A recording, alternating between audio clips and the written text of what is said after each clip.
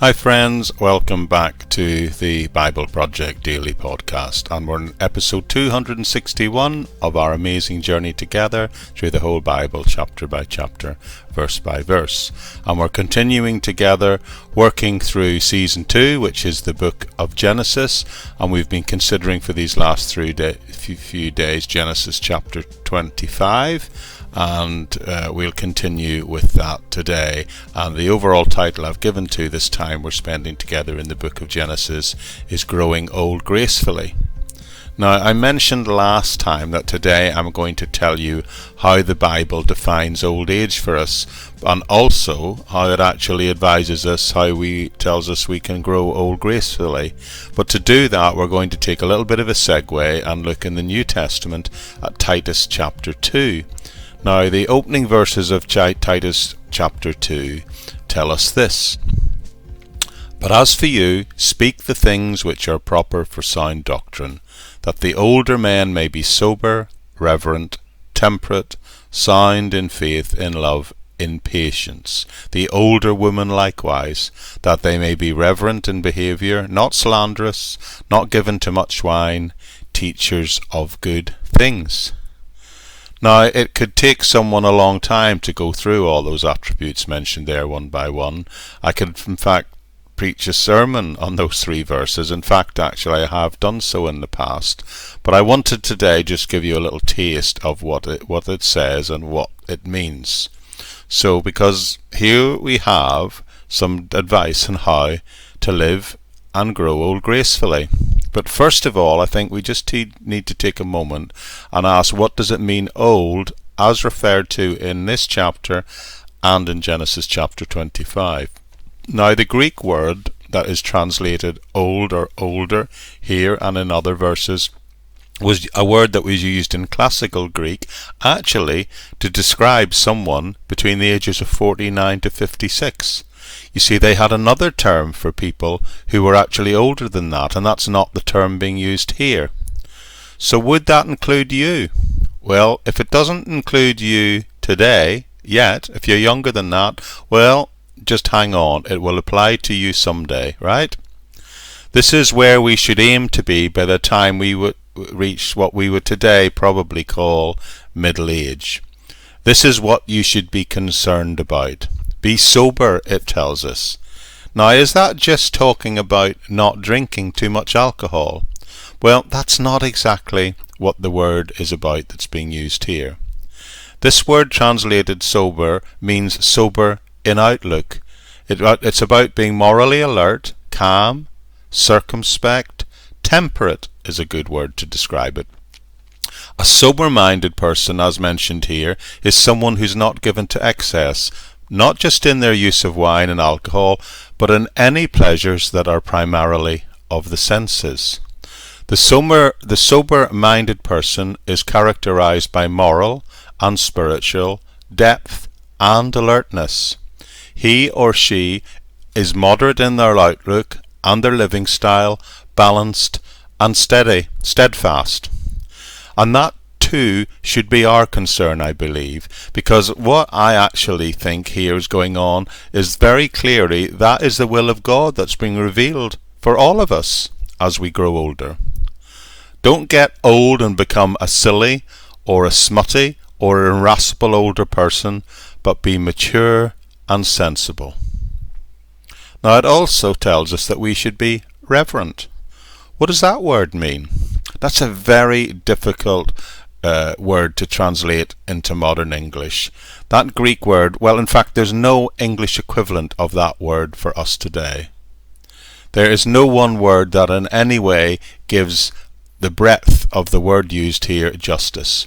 The idea is about being serious, but it also has elements of being inspiring of others contained within it.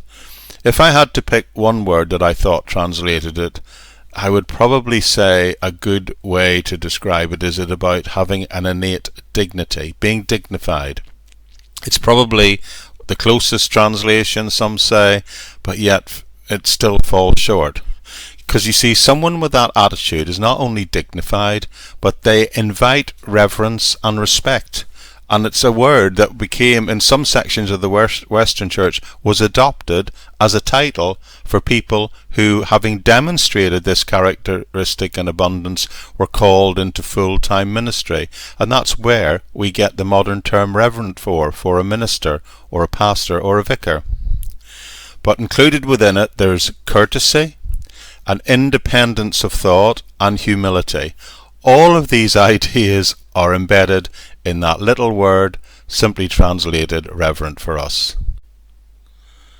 So we are to be sober, reverent, and that is the will of God for us. That is the way we are told to grow old gracefully. But we should also, we can see, be temperate. Now, this is one of my favourite words in the book of Titus. This word is actually used and referred to several times in this book.